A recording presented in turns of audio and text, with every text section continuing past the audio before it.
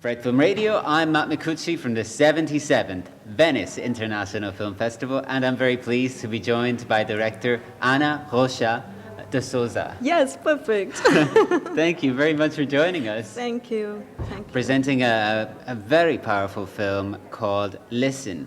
Now, I watched it last night and I thought it was just tremendous, definitely frightening as well.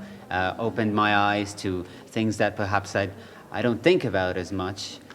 But should be out there in the world. But, you know, this is obviously going to be one of the first chances that people get to watch the film here in the Lido. But would you mind maybe telling our listeners a little bit about the story, just a few words to introduce it? Yeah, it's a film about forced adoptions in the UK.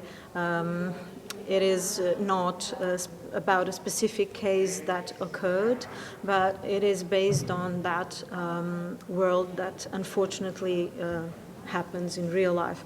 It's not a specific case, but it's based on that, yes. And it's about a Portuguese family living in the UK and fighting to keep the family together. Right. Fighting the social services to keep the family together. Yeah. You know, I just because I don't want to leave anybody out, I mean, what do you mean by forced adoptions? Well, forced adoption takes place when it's an adoption against the consent of the parents.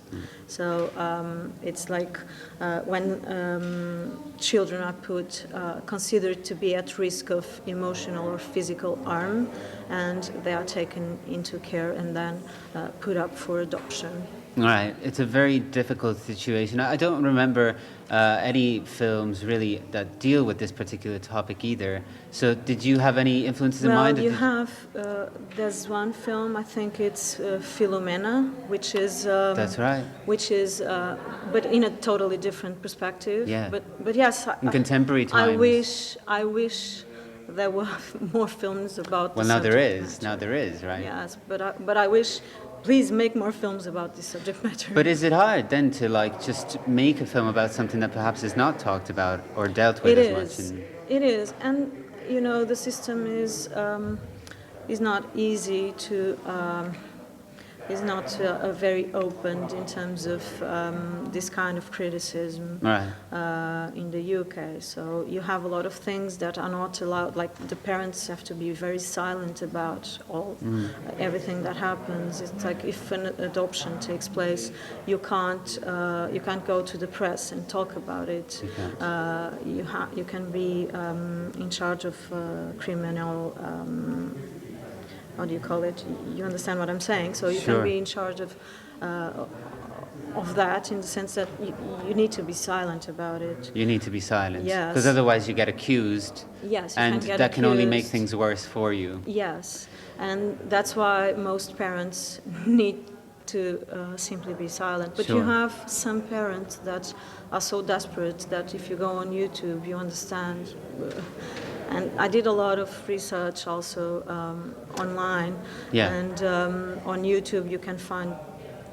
Did you talk to anybody who actually... Well, I'm in contact now as well with people that are going through it because people start hearing about the film and they want to... But yeah, and we had the support of a social worker and yeah. Once you start looking to those videos online, well, the first impact is very strong, but of course we need to understand the whole context of what's happening. You know, it's like you can't decide just based on those videos. You know, so you have to make a really deep research, and I did a deep research about the subject matter. But those YouTube videos are very distressing and disturbing, and they are real life. It makes my actors watched it to be able to better understand. I think it also makes a difference, and perhaps make the situation seem even more urgent that the two lead characters are not British; they're from Portugal. So, do you think that also accentuated the desperation of the situation of the film? Well, yes, a lot of people ask about this film today in a Brexit context. Right. I have to say that the film was written previously, so we didn't have that in mind. But of course, like any form of art or expression, or after a certain point, things fly from your hands and your control, and that's the most beautiful part of whatever you do as an artist. And I think that's I don't think it's a great coincidence in the sense that I wish that Brexit didn't happen, but for the film, the Brexit is adding layers for this film. Yeah. It was not on purpose, I must say, but because it was previous. I could talk about that more too, but I'd rather keep my final question of this interview in terms of actually going back to the narrative of the film. So we talked about how perhaps this theme hasn't really been talked about as much. So what do you look for as a reference to construct the narrative then when you're actually trying to humanize a story such as that of forced adoptions? Do you look at classic literature or cinematic influences? My world is more from painting, art, and and then I have this background as an actor that always taught me about being very observational, to focus on, and that's how I developed my path along my way. So, and combining all that, I believe that that's what makes me the filmmaker I am today. This interest that I have for documentary as well is something that also marries with my acting life, It's like just from the times that I could just stay hours looking at someone. So I understand what you're saying, because sometimes reading, but my world doesn't.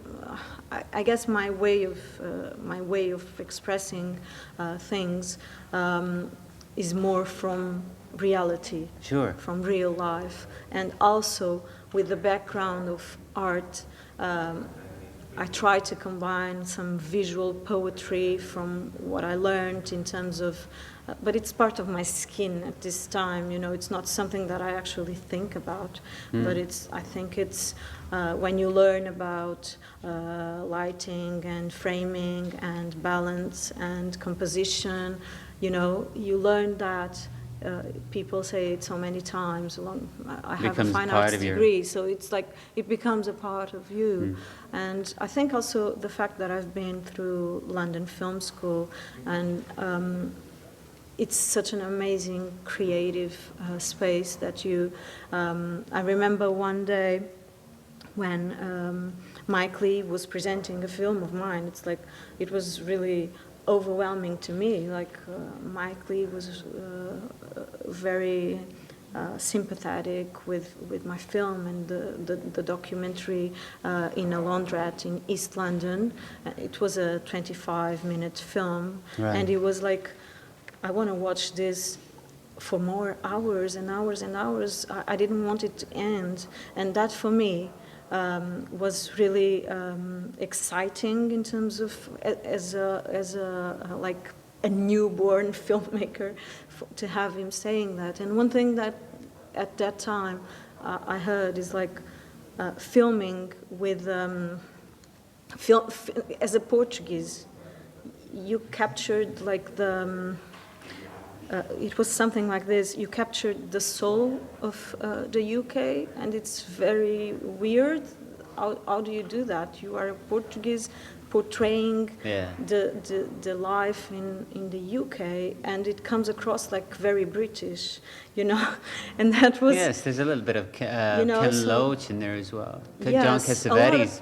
A lot of people make that reference to Ken Loach, and I find it very interesting. I feel it as a great compliment, honestly. I think, thank you for saying that, It was never an intention, but I really like to hear that, But when I'm just saying this, because you were asking about references, and sometimes references, well, not sometimes, to me the references show up later on. It's like you understand probably what happened along the process later on. You know, it's like I'm not conscious about it before. I understand completely. So we are actually going to have to wrap it up. I'm sorry, I speak too much. No, not at all. If it was up to me, I would listen to you for a lot longer. Unfortunately, we have to be mindful of the time, but I really thank you for taking the time and joining us. Honestly. I remember our listeners that the film is called Listen, and that this is Fred Film Radio, the Festival Insider.